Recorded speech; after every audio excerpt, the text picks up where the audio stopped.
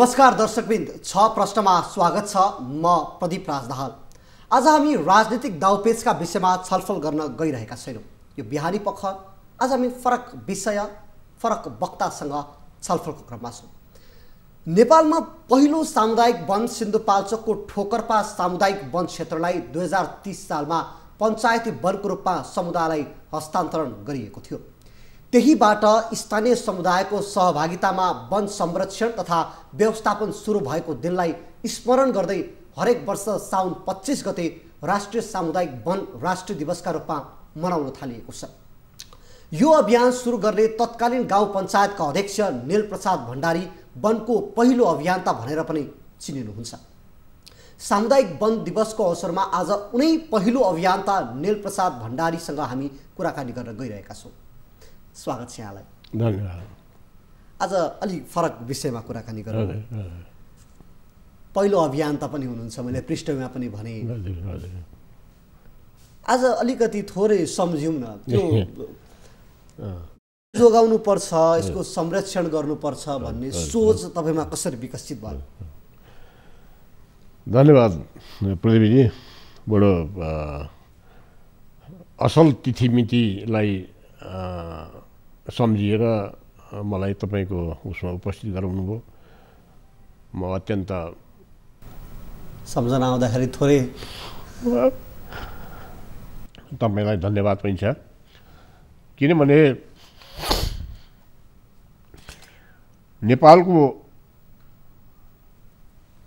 वन क्षेत्रको अथवा वातावरणको इतिहासलाई कोट्याउँदै हेर्ने हो भने 2090 सालको भूकम्प,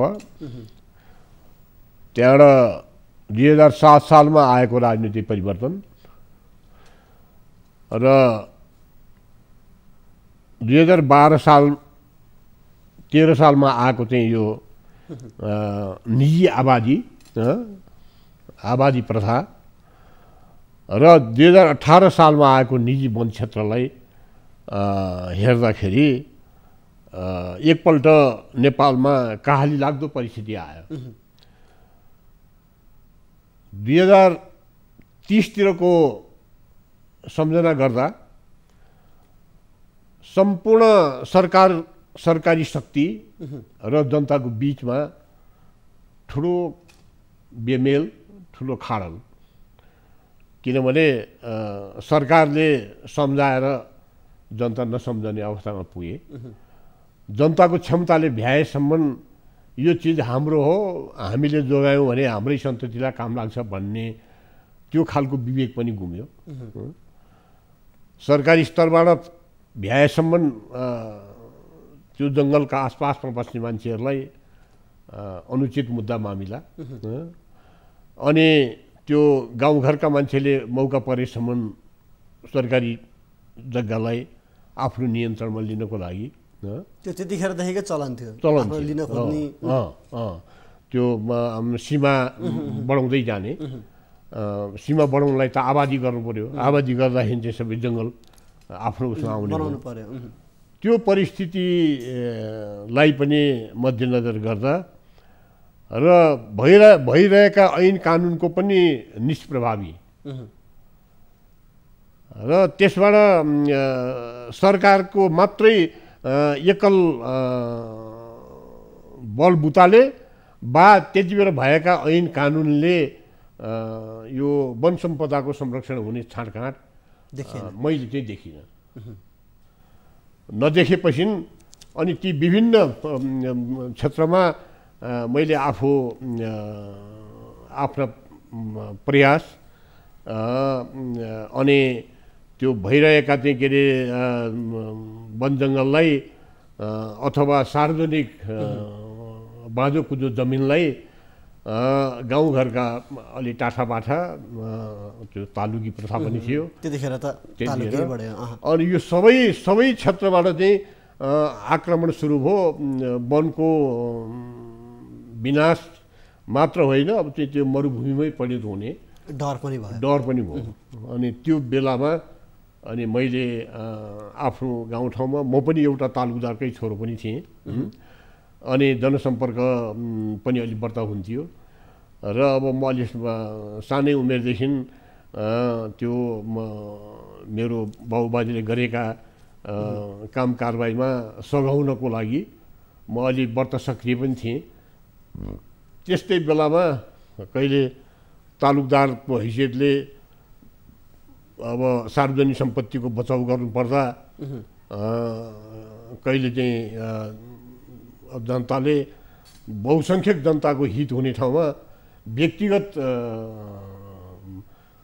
प्रभाव पर्न थाल्यो भने त्यहाँ कहिलेकाहीँ कुलो भत्काइदिनु पर्ने नचाहिने ठाउँमा। फेरि त्यतिखेरको समय पनि अहिले पनि तपाईँको आफ्नो घर वरपर त्यस्तो केही भयो भने आफ्नो चाहना अनुसार काम होस् भन्ने चाहना राख्थे। तर मैले एउटा बुझ्न खोजेको, तपाईँ अघि भावुक पनि हुनुभयो त्यसलाई सम्झाउँदाखेरि, जनतालाई बुझाउन निकै कठिन थियो होला नि, यसलाई संरक्षण गर्नुपर्छ, यसलाई हामीले सम्वर्धन गरेर राख्नुपर्छ, यो भोलि हाम्रो सन्ततिको लागि भन्ने कुरा निकै गाह्रो थियो होला नि। एकदमै गाह्रो थियो, एकदमै गाह्रो थियो। मैले कतिसम्म पनि बेहोर्ने भने म अगाडिदेखि चाहिँ स्थानीय वन जङ्गलको संरक्षण गर्नुपर्छ र स्थानीय सार्वजनिक जमिनको पनि रक्षा गर्नुपर्छ, नत्र भोलिका सन्ततिले कमसेकम सामान्य वस्तुलाई पानी खुवाउने आहाल अनि तागो तगारो यो जम्मै कुरा मासिने भयो, मेटिने भयो भन्ने डरले म पनि अलि सजग थिएँ।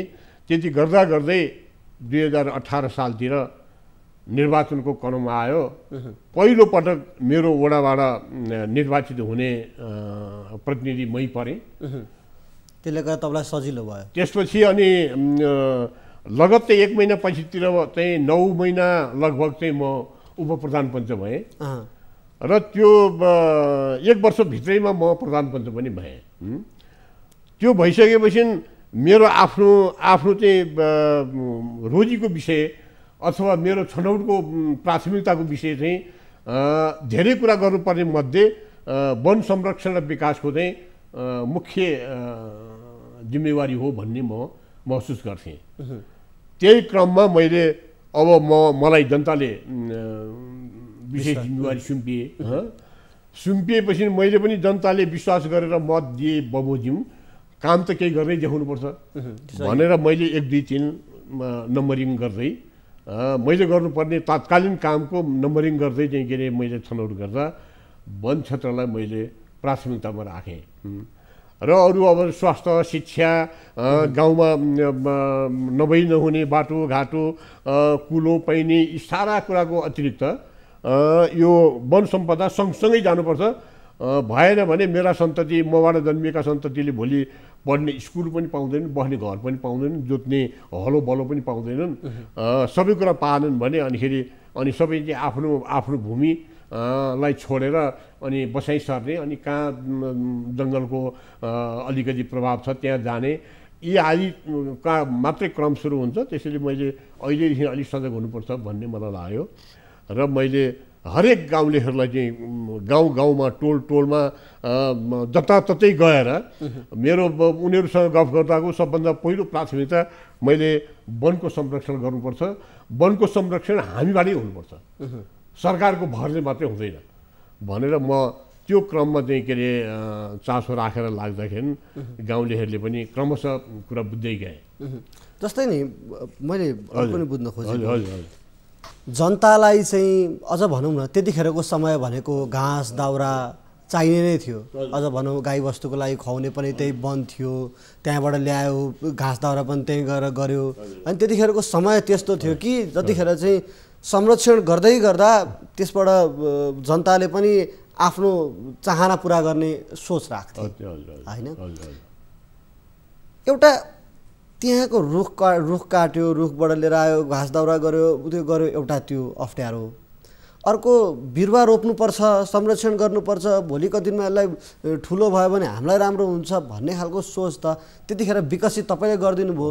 तर जनताकै नजरमा चाहिँ उनीहरूलाई कहिलेदेखि यो महसुस भयो कि हामी पनि लाग्नुपर्ने रहेछ यसमा भन्ने?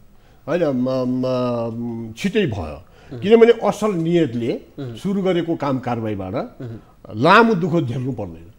बुझ्नु नि कि मैले उनीहरूलाई जसरी सम्झाउने प्रयत्न गरेँ कि सबै वडामा जहाँ चाहिँ के अरे म तिरो असुल गर्नु पर्दा गाउँमा गएर बस्नुपर्छ, अरू गाउँहरूका सामान्य झैझगडा इत्यादि केही हुन्छ गाउँमा गएर बस्नुपर्छ, टोलमै गएर बसेर साँझ बिहान उनीहरूसँग चाहिँ गफ गर्दै जाँदाखेरि पनि यो यो यो यो चिज हाम्रो हो। हामीले जोगाउन बताउन सक्यौँ भने हामीले त सुख पाउँछौँ, तर हाम्रा सन्ततिले पनि ठुलो एउटा चाहिँ के अरे हाम्रो गुण लाग्छ र यो काममा हामी चाहिँ मनसा बाचा लाग्नुपर्छ भनेर मैले सम्झाउँदाखेरि एकदमै छिटो सम्झिएँ। अनिखेरि चाहिँ के अरे मैले उनीहरूबाट चाहिँ सहमति हुनसक्छ, अब राम्रै सबैको मन जितेँ मैले भन्ने लागेपछि विक्रमसम्म 2028 साल फाल्गुन 29 साल विक्रमसम्म 2029 साल फाल्गुन 28 गते एउटा चाहिँ के अरे गाउँसभाको आयोजना गरेँ। तत्कालीन गृह पञ्चायत मन्त्री चाहिँ जोगमेर श्रेष्ठ हुनुहुन्थ्यो, अनि जोगमेर श्रेष्ठलाई मैले निम्ता गरेँ र उहाँ जानुभयो। त्यही दिन मैले सबै कुराको चाँजो पाँजो वातावरण बनाएर कोबाट चाहिँ प्रस्ताव पेश गराउने अनि चाहिँ छलफलमा ल्याउने त्यो अनि चाहिँ त्यो सर्वसम्मत ढङ्गले चाहिँ निर्णय गर्ने सबै वातावरण तयार भएको थियो। अनिखेरि त्यहाँ रत्नबहादुर कार्की र मित्रबहादुर खड्का दुईजनालाई प्रस्तावको समर्थन गराएर मैले प्रस्ताव पेश गराएँ। त्यो प्रस्तावमा छलफल भयो, मन्त्रीजीको उपस्थितिमै त्यो पास भयो। अनि पास भइसकेपछि चाहिँ अनिखेरि अहिले त्यहाँ त्यो एउटा त्यो किताब यदि यहाँलाई याद भयो फुर्सद भयो भने यसो पल्टाउँदै जानुभयो भने जोगमेर श्रेष्ठको उपस्थिति पनि त्यो छलफल त्यहाँ त्यो बेलाका चाहिँ सबै स्थानीय पञ्चायतका हर्ताकर्ता सबै मान्छे पनि यहाँ छन्। जस्तै मैले यो केही पढेँ, यसको केही विषयहरू मैले जोड पनि दिएँ। जस्तै यो भन्दै गर्दाखेरि मलाई अलिकति कुरा जोड्न मन लागेको नि त्यो पहिलेको कुरा भयो। अब अहिलेको कुरा गरौँ थोरै। अहिले सामुदायिक वनलाई स्थानीयकरण गर्ने भन्ने छलफल चलिरहेको छ, अगाडि पनि बढिरहेको छ। त्यो सँगै जस्तै अब सामुदायिक वनको चाहिँ अबको बाटो कस्तो हुनुपर्छ भन्ने खालको त्यो किसिमको अभ्यस्त रूपमा जानकारी गराउने व्यक्तिहरू पनि सायदै कम छन्। तपाईँ पहिलो अभियन्ता, अहिलेको सामुदायिक वनको जुन तरिकाले सरकारले बनाएको नियम नीतिहरू छ त्यो अनुसार हेर्दाखेरि तपाईँ सन्तुष्ट हुनुहुन्छ? अनि मलाई एउटा कुरा के भने मैले आम जनता र मुलुकको हित हुने कुरामा मैले असहमत हुनुपर्ने कारण केही नदेख्दै पनि असन्तुष्टि त हुन्छ नि। यो सामुदायिक वनको जुन चाहिँ के अरे पूर्वाधार छ नि, जसलाई समुदायको सम्पत्ति भनिया हुन्छ नि, समुदायले सम्पत्ति आर्जन गर्दा त गर्नुपर्ने दुःख मेहनत परिश्रम अनि चाहिँ त्यसमा लगानी गर्नुपर्ने जुन आफ्नो बुद्धि विवेक सारा कुरा हुन्छ नि, त्यो कुरा लगाएर बनेको सामुदायिक वन चाहिँ सत्य सामुदायिक वन हुन्छ र त्यो दिगो सम्पत्ति पनि हुन्छ र हाम्रा कालान्तरमा चाहिँ धेरै पुस्ताले पनि त्यसको उपभोग गर्न पाउँछन्। यो भुडुङ यताउता गऱ्यो। अब के अरे यहाँनिर सामुदायिक वनको एक टुक्राको नाउँमा अनि वरिपरिका भैबरका सरकारी चाहिँ जङ्गल पनि त्यहीँ जोडिएको छ। अनि त्यो अहिले गणना गर्दै जाँदा र छुट्याउँदै जाँदा चाहिँ अनि त्यो एउटा सानो भागलाई सामुदायिक वनको नाताले वरिपरिका चाहिँ के अरे त्यो परापूर्वदेखि चाहिँ पालिएका हुर्किएका अनेक चाहिँ के अरे दुःख आपद विपदबाट पनि जोगिएर आएका पनि त्यही सामुदायिकमा गाँसिया छ। र त्यो सामुदायिकमा जति त्यो मान्छेले आफ्नो बाहुबलले बुद्धिले परिश्रमले हुर्काएको बढाएको जुन सामुदायिक वनप्रतिको स्नेह हुन्छ नि त्यो चाहिँ कम देखियो। र अहिले जुन चाहिँ उपभोक्ता समूहहरूको चाहिँ गठन भइराखेको छ त्यो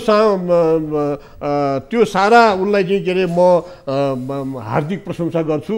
किन मैले अभियान चलाउँदै मैले के भने यो चोर बुहारीलाई घरको ताल साँचो सुम्पिने त्यो दायित्व सासूको हुन्छ भनेर, किनभने त्यो हरेक दिन चाहिँ सासूको आँखा छल्न पाए म केही कुरा चाहिँ राख्न सक्थेँ भन्ने बुहारीको इच्छा हुन्छ। त्यो बुहारीको इच्छा बुझिसकेपछि चाहिँ सासूले बुझ्नु पर्यो कि अब म होसियार हुनुपर्छ भने पनि यो साँचो तिम्रो बाल यो तिमी ल्याऊ।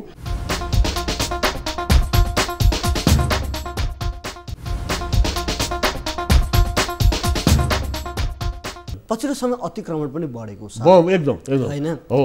त्यसले गर्दा तपाईँले भने जस्तो जुन आफूले हुर्काएका रुख बिरुवा बोट बिरुवा छ मान्छेलाई यो आफ्नो हो भन्दै गर्दा नि अब अतिक्रमण हुन थालेपछि त्यसमा अब मैले बुझ्दा सरकारले नीति बनाउँदै गएको छ 51 सालको नि कानुनी आधारहरू बनेका थिए त्यसपछि पनि धेरै कानुनी आधार बन्दै गयो अहिले पनि वन सम्बन्धी विधेयकहरू संसदमा बसिरहेका छन् यो भन्दै गर्दा तपाईँ अभियन्ताको रूपमा तपाईँलाई चाहिँ सरकारले वन संरक्षणको विषयमा छलफल अन्तर्क्रिया तपाईँको आफ्ना पुराना त्यत्रो एक्सपिरियन्सहरू बुझ्नको लागि चाहिँ सरकारले केही चासो गरेको छ?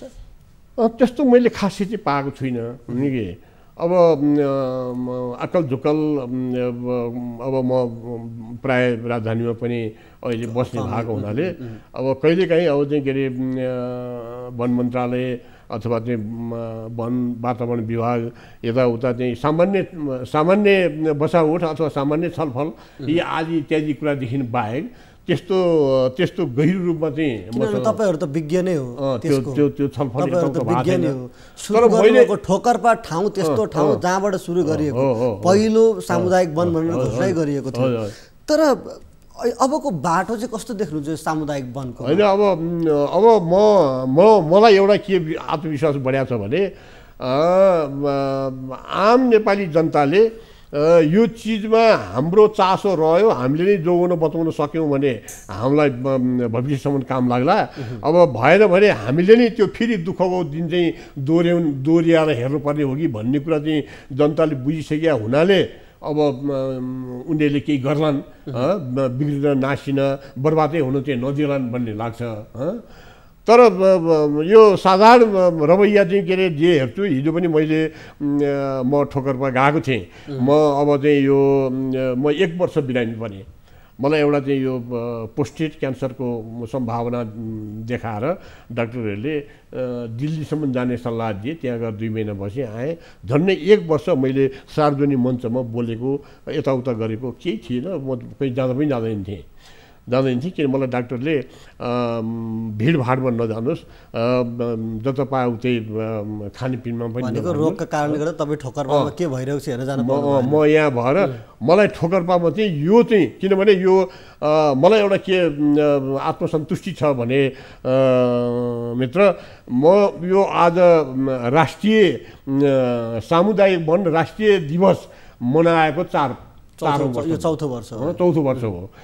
अनि चौथो वर्षमा पहिलो दोस्रोमा ठोकरपामा भव्य कार्यक्रम भयो। मैले यो सम्पूर्ण चाहिँ के अरे मलाई त्यो मैले 29 सालदेखिको जुन प्रयास गरेँ त्यसपछि चाहिँ मैले त्यो बेलामा सरकारसँग स्वीकृति लिनको लागि लागेँ।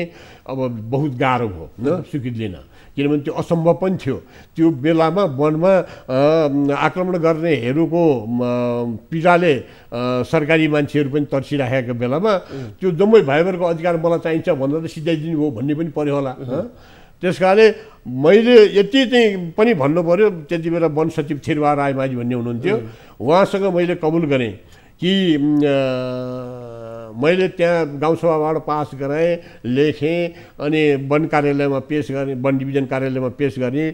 त्यहाँको डिएफओले सिफारिस गर्नुभयो, आयो। अनिखेरि मन्त्रालय त्यो आएपछि चाहिँ अनि त्यो सिफारिसकर्ता डिएफओलाई पनि बोलाइयो। अनिखेरि यो यो यो नचाहिने काम चिनी गरिया भनेर यताउता धेरै कुरा भएछ। त्यो कुरा म प्रधानमन्त्रीलाई नै पठाइदिन्छु भनेपछि म आफै आएँ। यहाँ चाहिँ मेरो जे भने पूर्व परिचित चाहिँ हुनुहुन्थ्यो थिरबहादुर रायमाझी। अनिखेरि यही भन्दाखेरि तपाईँ हो यो प्रधानमन्त्री भने म यो हजुर यो यत्रो काम तपाईँ कसरी गर्न सक्नुहुन्छ? मैले भयभरको सरकारी शक्ति प्रयोग गरेको छु, आर्मी प्रयोग गरेको छु, विदेशबाट तार खरिद गरेर ल्याएर तारबार गरेको छु, सारा कुरा गरेको छु। त अब चाहिँ के अरे मलाई धौधौ परेको छ भने तपाईँ जनताको प्रतिनिधि एक्लो प्रयासमा चाहिँ कसरी गर्नुहुन्छ त भनेर भनेपछि प्रश्न यही जोडिन्छ। जस्तै तपाईँले यत्रो दुःख गरेर गर्नुभयो, त्यतिखेरसँग जस्तै तपाईँसँग लागेका धेरै थिए, उनीहरूले गरे। तर आजको दिनमा तपाईँले फर्केर हेर्दा आफूले गरेको दुःख, तर अहिलेको सरकारहरूले गरिरहेको संरक्षणमा जुन तरिकाका विभिन्न अपनाइरहेका छन् तरिका संरक्षण भइरहेको जस्तो महसुस गर्नुहुन्छ या सरकार कतै चुकेको छ भन्ने तपाईँलाई महसुस हुन्छ? होइन, एउटा त सरकार त बिस्तारै पन्छिनै खोजेको देखेर मलाई चाहिँ चित्त नबुझेको कुरा मैले बारम्बार मन्त्रालय विभागमा पनि भने। म तपाईँहरूको सहयोगी हुँ, मेरो जनताले सहभागिता मात्रै जनाएका हुन्, जम्मै कुरा हामीले गऱ्यौँ सबै हाम्रो हो भन्ने मेरो दाबी छैन। त तपाईँहरूलाई मद्दत गर्ने मान्छे मैले पाएको हन्डर हैरानी तपाईँहरूले अझै बुझ्न खोज्नु भएको छैन।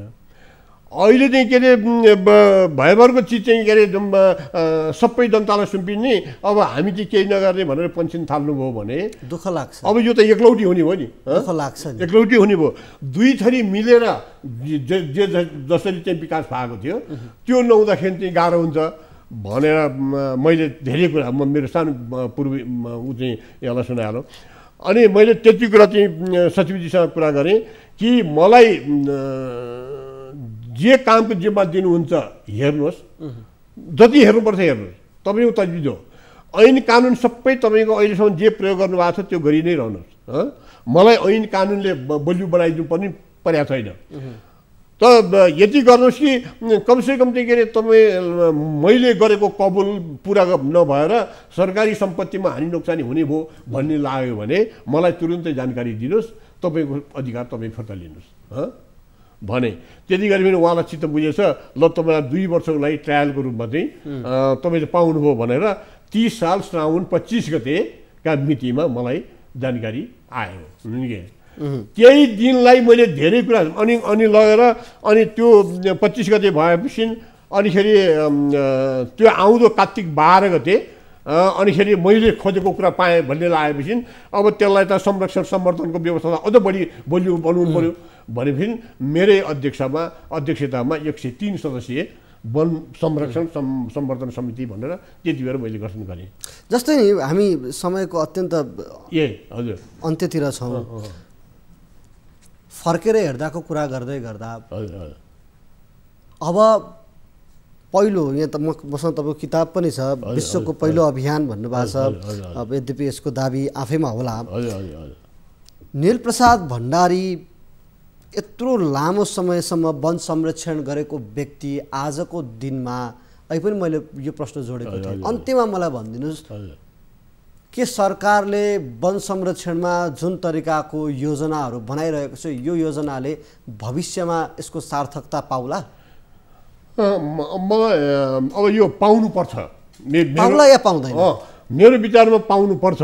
तर पाउनको लागि सम्भव गराउन सकेन भने सरकारले म छुटेँ म पछाडि परेँ भन्ने कुरा बुझ्नुपर्छ। तर त्यो भन्न पनि अब अर्थ रहँदैन जब संरक्षण नभएपछि त्यसको अर्थ त रहँदैन। संरक्षण गराउनको लागि म सरकारसँग हार्दिक आग्रह गर्छु कि अहिलेदेखि सरकार पनि सजग हुनु पर्यो, सतर्क हुनु पर्यो र सरकारले आफ्नो जिम्मेवारीबाट पन्छेर अनिखेरि त्यसलाई जिम्मा दिने, कहीँ गल्ती गर्यो भने अनिखेरि त्यो गल्तीको मात्रै पछि लाग्ने काम गर्यो भने निश्चय पनि यो संरक्षणको काम अथवा त्यहाँ अब आउँदा दिन त्यति उज्यालो हुँदैन नि। तर सरकारले जनताको सहयोगी हुँ भन्ने अथवा जनताले पनि सरकारको हामी चाहिँ सहयोगी हुँ, दुवै थरी मिलेर दुई हातले मात्र ताली लाग्छ भन्ने कुरालाई बुझेर गरिदिया खण्डमा राम्रो हुन्छ। त्यही कारणले म यो चौथो राष्ट्रिय सामुदायिक वनको जुन चाहिँ दिवस मनाइएको छ चौथो पटक, त्यही ठोकर्पाले स्वीकृति पाएको दिनलाई सरकारले अहिले मान्यता दिएर राष्ट्रिय कार्यक्रम बनाएर यसले त गौरवान्वित त बनाउँछ। म त्यसबाट पनि गौरवान्वित छु। म सरकारलाई हार्दिक धन्यवाद पनि दिन्छु र म हिजो मैले ठोकर्पामा त्यहीँ गएर बोलेर आएँ।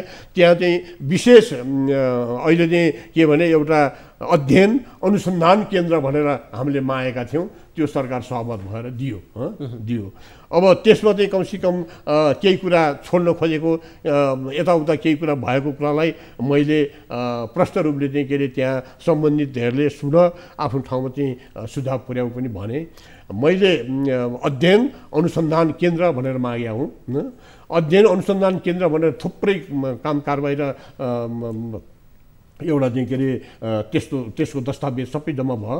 अब अहिले चाहिँ कमसेकम चाहिँ त्यहाँ 16 जनाको दरबन्दी सहितको एउटा ऊ पनि कार्यालय पनि छुट्टै राखेर गर्ने भनेर लागेको छ। अब यसले सहयोग गर्छ भनौँ।